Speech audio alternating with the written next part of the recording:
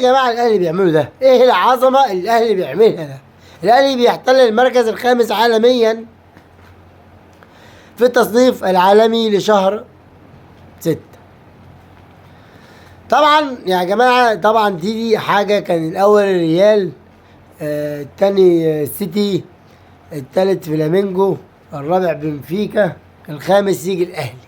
وإن شاء الله الأهلي يا جماعة قدامنا بطولة السوبر، ان شاء الله نكسبها ونتقدم مركز تاني، نخش مربع ذهبي عالميا. وكل شهر الاهلي دايما بيحقق انجاز. الاهلي دايما ان شاء الله بكل شهر بنتقدم يا جماعة، بنتقدم، عمرنا ما نتأخر ابدا. النادي الوحيد عالميا اللي بيتقدم دايما يا جماعة. طبعا احنا نيجي بقى ايه، نيجي نخش المؤتمر الصحفي اللي كان عامله مرتضى منصور رئيس نادي الزمالك. اللي انت بتحتفل بحاجه، يعني ايه لازمته؟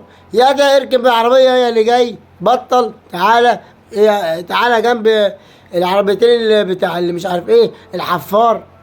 ويجي بقى ايه خطيب رجع السعادة يا خطيب، الاهلي اطهر الطاهر وما عندناش اطهر الطاهر ليه؟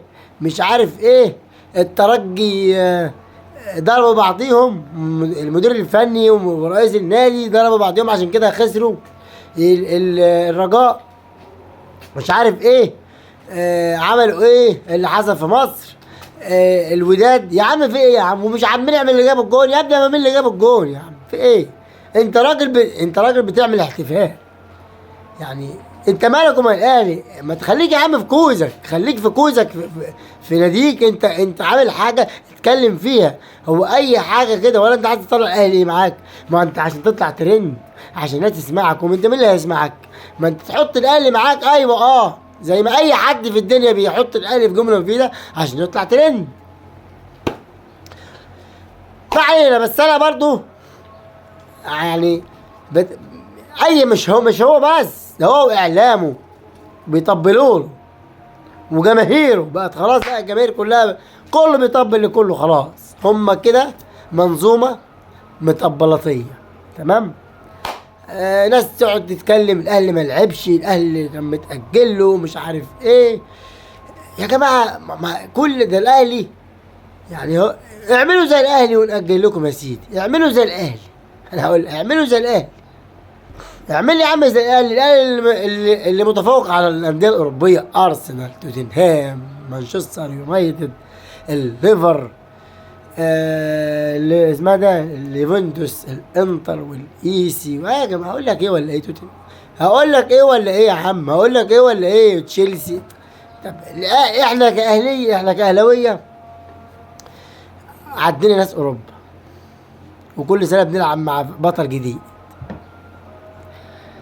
الاهلي اسمه ده اللي بيطلع على قناه يقول لك البطوله العربيه اللي جايه هي دي اللي هترجع هيبه مصر. احب اقول لك ان الاهلي مرجع هيبتها، ما تخافش. الاهلي مرجع هيبه مصر، والاهلي اللي دايما بيرجع هيبه مصر، تمام. فما تبطل هري وبطل ايه لك كتير في الكلام، لان انت لكاك، انت بني ادم لكاك، بتطلع على قناه الزمالك لكاك وخلاص. اما بقى ظهور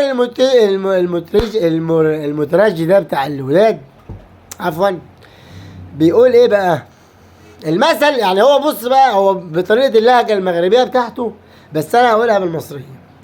بيقول المثل المغربي، بيقول فيما معناه يعني كل لقمه وسيب لقمه لغيرك. انت خدت بطولتين، تمام، فسيب له بطوله عشان ما يطلعش فيك.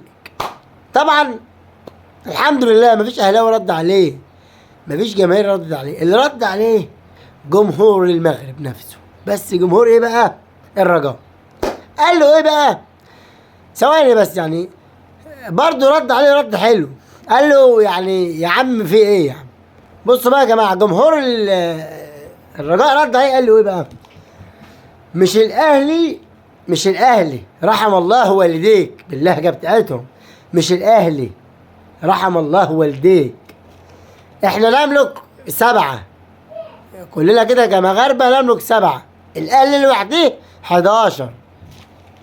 هو يملك 11. هذه اللقمه يرميها لك انت. اما يا جماعه كل الناس بتتكلم الاهلي. اي واحد ما بيفهمش كوره هيقعد ايه ينتقد في الاهلي. الاهلي الخامس على العالم بيتكلم عن الاهلي. فاي حد يا جماعه بيحط الاهلي في جمله مفيده عشان ايه يطلع ترند. ودي خلصت نهايه كده، بنهايه الحلقه خلصت معانا. وزي ما قلت لكم يا جماعه انا مش محتاج، ما بطلبش من حد يشترك لان انا طالع هوايه خلاص. بس ما يطلبش، مش عايز انتقادات يعني. لانك لا، زي ما قلت المره اللي فاتت، لا كل الناس محبوبه وكل الناس مكروهه. هتلاقي اللي بيحبك وهتلاقي اللي بيكرهك، صح ولا لا؟ ما دي حاجه طبيعيه.